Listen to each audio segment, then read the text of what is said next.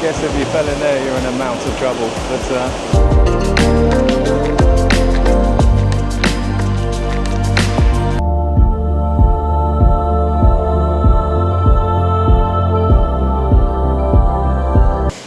So when in Norway, you've got to get yourself a selfie next to this bad boy right here.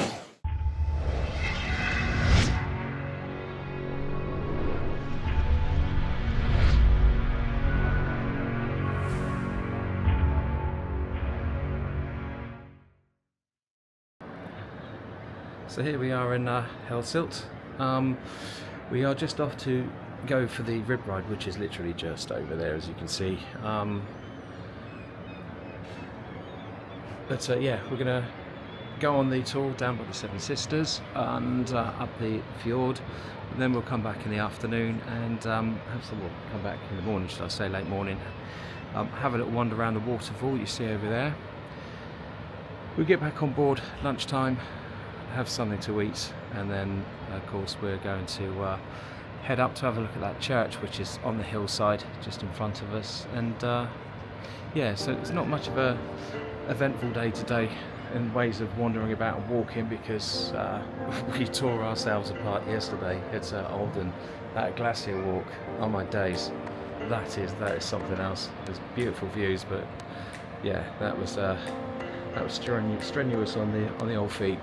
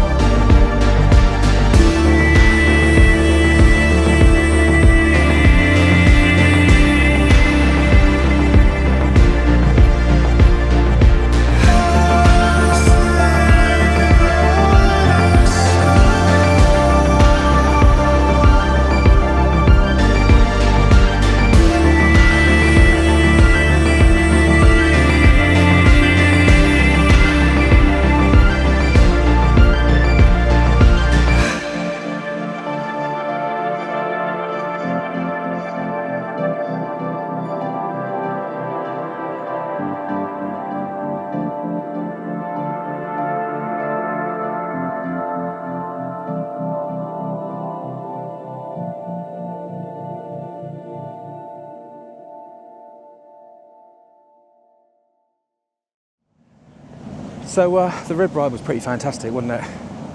Yes, it was amazing. What was your best part of the whole thing? Just literally just the whole experience. Yeah. The views were amazing, the fresh air. It was just lovely, absolutely lovely, and what a perfect day for it. Absolutely. I mean, it's 24 degrees apparently. Quite windy. Yeah, quite. The wind's got up now.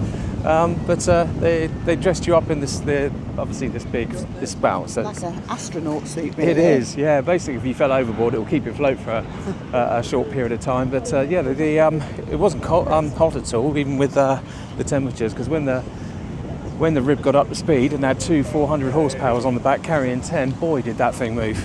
All I would say is, if you're really not a thrill seeker like me, just do it anyway, because I was absolutely scared stiff to go on it, but I would absolutely do it again. It's amazing. Brilliant.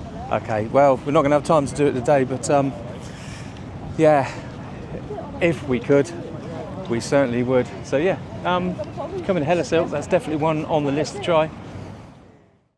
So Hellesylt's just a small little town. There's not many houses around. There's a few bigger buildings, something to do with the campsite, I believe.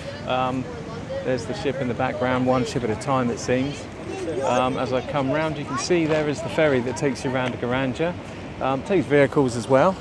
But as I said, there's a campsite just round the other side. Touring vehicles as well, as is the one that's just going by. And as you go further up the hill, there's a few more houses. But it's going to have a very low population. I'll flash the population at 2025 at the bottom of the screen if you're interested. But there in the distance is the waterfall that we're actually going to be heading to.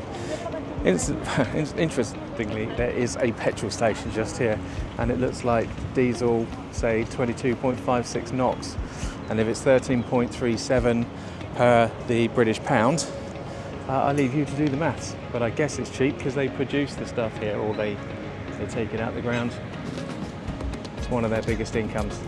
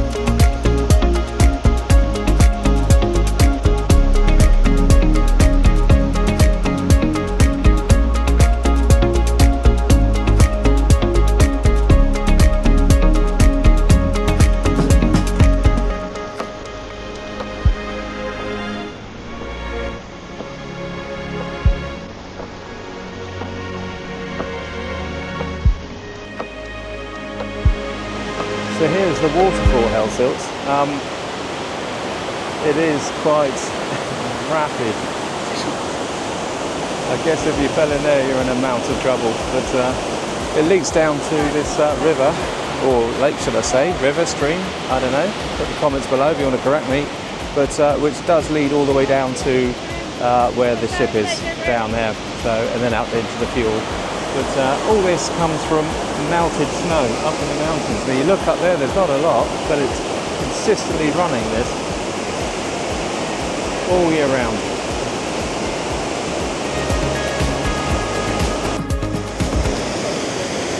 I've seen this on YouTube quite a few times, and this cabin in front of me always seemed to have been closed.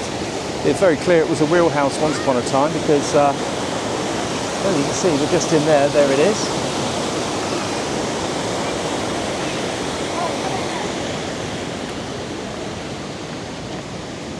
But yeah, it is open. I'm not going to go in there just yet. There are children inside, so I'm going to stand back here for a minute and just film the waterfall. Look at it. The power of that waterfall is immense. But it runs off. There's a little section that runs off alongside the house just here. Underneath, turns the wheel and obviously operates something inside.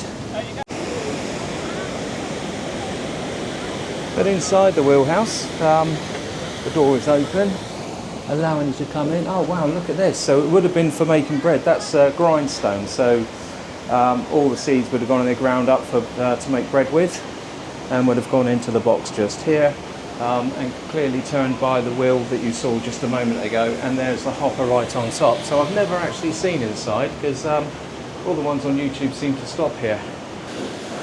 So there is the, I don't know if you can hear me over the top of all the water. I mean, it really is quite loud. I've got the filter on, so I'm trying my best to not make it clip so much, but the sound is clipping. I might have some work to do in post, but there we go.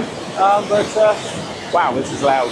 It's about as close as I dare to get. Other people will be coming up for photo opportunities. So let's have a look at this. It is really worthwhile pointing out that I've seen this on YouTube, but actually being here and seeing it like this, well, YouTube is clearly just an introduction and not the visit itself that you're going to see, because it just doesn't compare.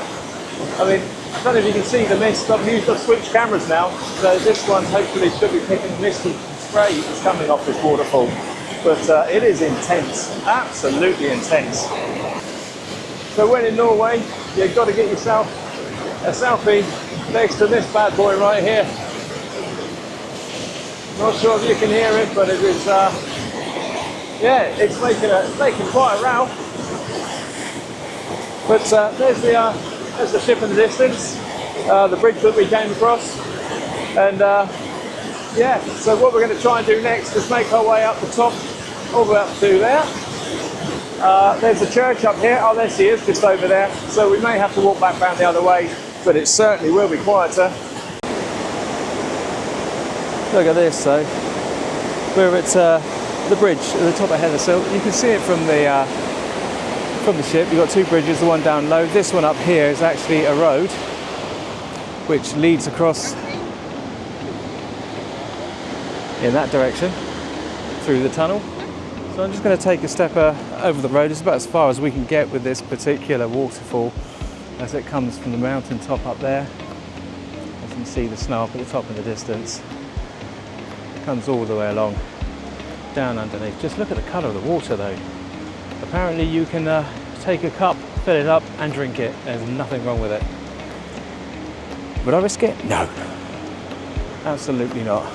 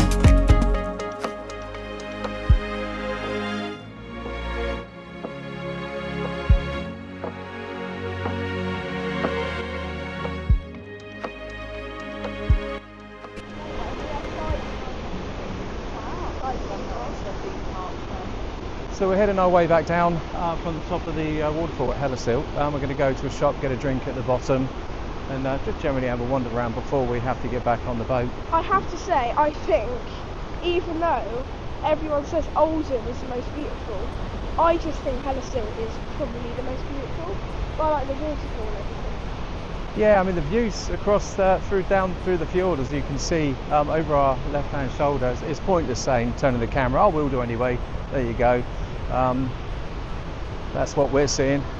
Hopefully it picks up. on this camera as well as what we see, but I doubt it. I've seen loads of videos of this place, and no, it's nowhere near as good as it is in the flesh. Yeah. We've enjoyed it here, haven't we? Yes. And if you don't know, Hellesylt was where Tom Cruise rode his motorbike off a giant mountain, which is over there. Oh, that's the motorbike we saw when we got off, yeah? Yes, and he parachuted onto what he would be going on a train for Mission Impossible. Oh, outstanding. Yeah. There you go.